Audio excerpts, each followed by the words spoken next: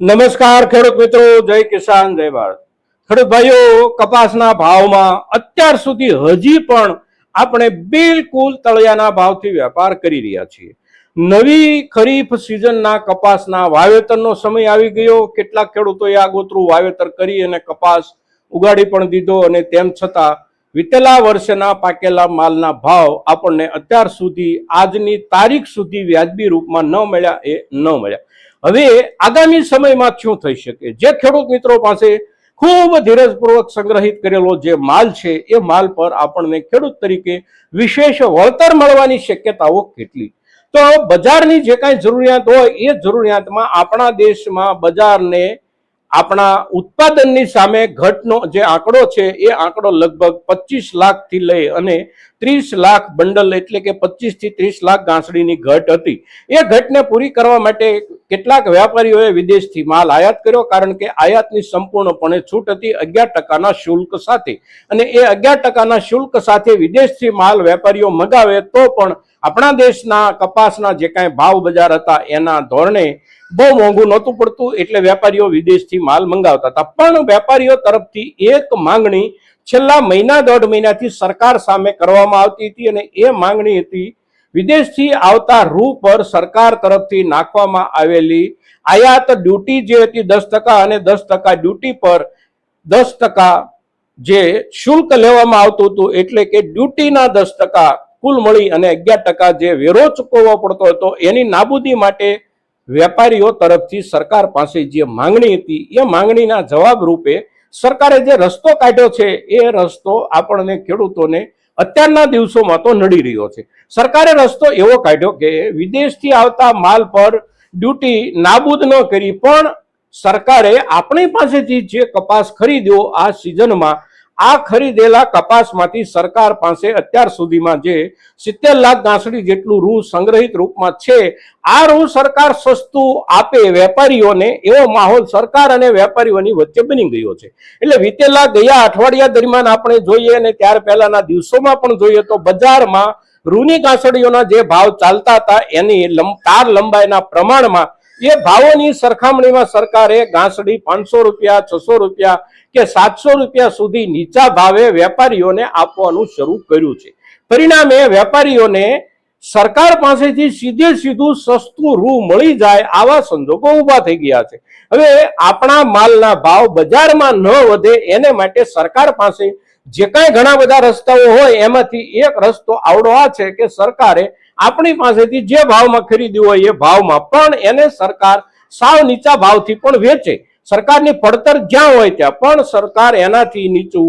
વેચે તો સરકારમાં બેઠેલી કોઈ પણ વ્યક્તિના વ્યક્તિગત ખિસ્સા ઉપર તો એનો બોજો પડતો નથી। જે કાંઈ બોજો પડે છે એ દેશની તિજોરી ઉપર પડે છે, અને દેશની તિજોરી ઉપર કાંઈ પણ બોજો પડતો હોય તો એનાથી સરકારને કોઈ ચિંતા નથી, સરકારને એનાથી કોઈ નુકસાન નથી। જે કાંઈ નુકસાન હોય તે આપણને નાગરિકોને છે, અને નાગરિકોના નુકસાનની સાથે સરકારનો કોઈ સંબંધ નથી। સરકાર અત્યારે હવે પોતાની પાસે સ્ટોરેજ જે કાંઈ રૂ છે 60 થી 70 લાખ ગાંસડીની વચ્ચે માલ સરકાર પાસે હશે। આ તમામ માલ સરકાર અત્યારના દિવસે જે ભાવથી વેચી રહી છે, માર્કેટ કરતા 500 રૂપિયા સસ્તો વેચી રહી છે, તો આગળના દિવસોમાં હજી વેપારીઓની ડિમાન્ડ પ્રમાણે, માંગણી પ્રમાણે સરકાર એનાથી પણ સસ્તું રૂ સ્પિનિંગ મિલોને આપી શકે છે। હવે એનાથી પણ સસ્તું રૂ સરકાર આપવા માંડે તો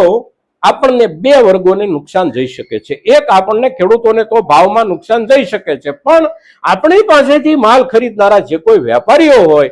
જે વેપારીઓ ખેડૂતો પાસેથી માલ ખરીદીને એના પર પ્રોસેસ કરી અને બજારમાં પોતાના નફાના આધારે વેપાર કરે, આ પ્રકારે જીનિંગ ફેક્ટરીઓ જે કાંઈ કામ કરે છે એ જીનિંગ ફેક્ટરીઓને પણ નુકસાની જઈ રહી છે સરકાર જે ભાવથી માલ બજારમાં ઉતારી રહી છે એના કારણે। હવે સરકારે જ્યારે નક્કી જ કર્યું છે કે આપણને કપાસનો વધારે ભાવ મળવા નથી દેવો, ત્યારે આપણને ભાવ નહીં મળવા દેવા માટે સરકાર પાસે તમામ સાધનો છે। ગમે ત્યારે સરકાર આયાત ડ્યુટી રદ કરી શકે છે, સાથે સાથે એમની પાસે જે રૂ આ વર્ષના કપાસની ખરીદીથી તૈયાર થયેલું પડ્યું છે એને સરકાર કોઈ પણ ભાવે વેચી અને બજારમાં ખાલી કરી શકે છે। સરકાર પાસેનો જથ્થો હજી પણ આગામી દિવસોમાં 10-15 કે 20 લાખ ગાંસડી બજારમાં ઉતારવામાં આવે, નીચા ભાવથી ઉતારવામાં આવે, તો આપણી પાસે પડેલા કપાસના ભાવ આપણને બજારમાં આ સિઝન પૂરી થાય ત્યાં સુધીમાં પણ વધવાની શક્યતાઓ નથી બનતી.